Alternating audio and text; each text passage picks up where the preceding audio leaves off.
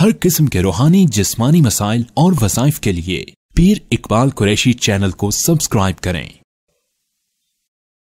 नहमदुहु व नुसल्ली व नुसल्लिमु अला रसूलिहिल करीम, अम्मा बाद, फ़अऊज़ु बिल्लाहि मिनश शैतानिर रजीम, बिस्मिल्लाहिर रहमानिर रहीम। मैं सफ़र की 21 और 22 और 23 तीन तारीख़ों का एक अमल दे रहा हूँ जो आपकी किस्मत के बंद दरवाज़े खोल देगा, जो सोई हुई किस्मत है उसको जगा देगा।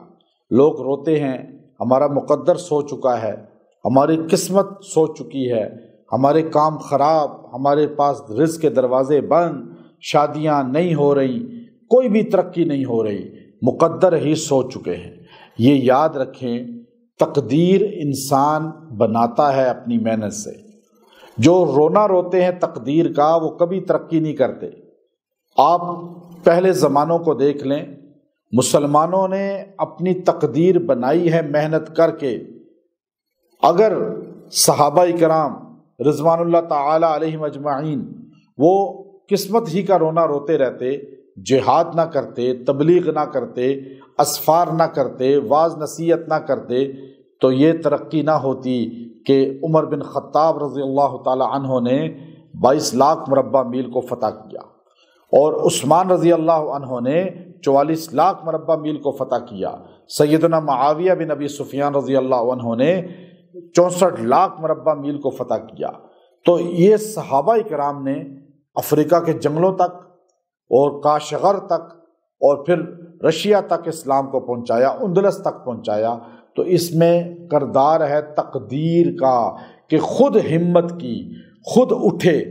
आज हम हाथ पे हाथ धर के तकदीर को कोसते हैं और रोना रोते हैं, और यूरोप और अमेरिका कहाँ पहुँच गए, कुफ़ार कहाँ पहुँच गए। वो तकदीर को नहीं कोसते बल्कि वो दुआएं करके जुड़ जाते हैं। अब वो अल्लाह को नहीं मानते, उनके पास कुरान नहीं है, उनके पास मोहम्मद अरबी सल्लल्लाहु अलैहि वसल्लम जैसी मुक़द्दस ज़ात नहीं है।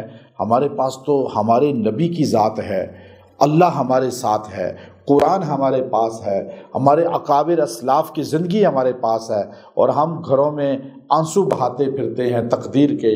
नहीं, उठ जाएं और ये अमाल करें और हिम्मत करें, आपकी तकदीर जाग जाएगी, आपके मुक़द्दर जाग जाएंगे, आपकी किस्मत बेहतरीन हो जाएगी।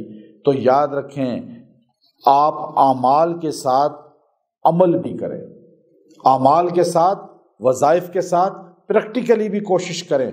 आपकी तकदीर कभी सोएगी नहीं, आपके मुक़द्दर सोएंगे नहीं, आपके मुक़द्दर जागेंगे। जिस तरह कुरून ऊला में जागे, या सल्तनत उस्मानिया को आप देख लें, सल्जुकी ख़ानदानों को आप देख लें, तो यही मुग़ल बादशाह थे जिन्होंने हज़ारों साल हुकूमत की है पूरे बरसग़ीर पे।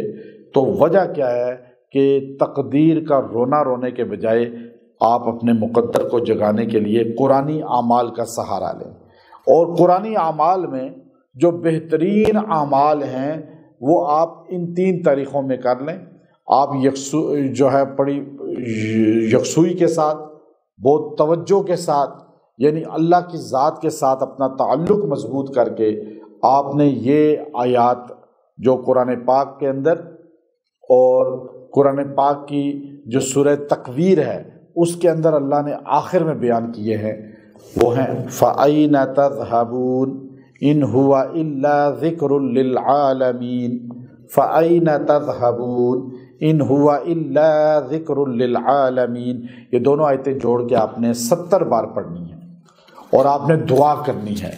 अल्लाह इसकी बरकत से आपके मुक़द्दर के बंद दरवाज़े खोल देगा, आपकी सोई हुई किस्मत जाग जाएगी, आपके मुक़द्दर सोएंगे नहीं, दरवाज़े बंद नहीं होंगे, आप आगे बढ़ेंगे। ये करके दुआ भी करें और फिर अल्लाह की ज़ात से मांगे भी। इंशाअल्लाह आपको अल्लाह ताला इसकी बरकत से खुशहाली देगा।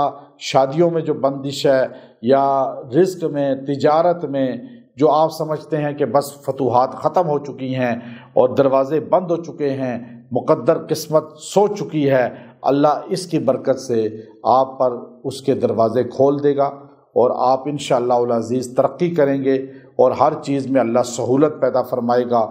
وآخر دعوانا ان الحمد للہ رب العالمین۔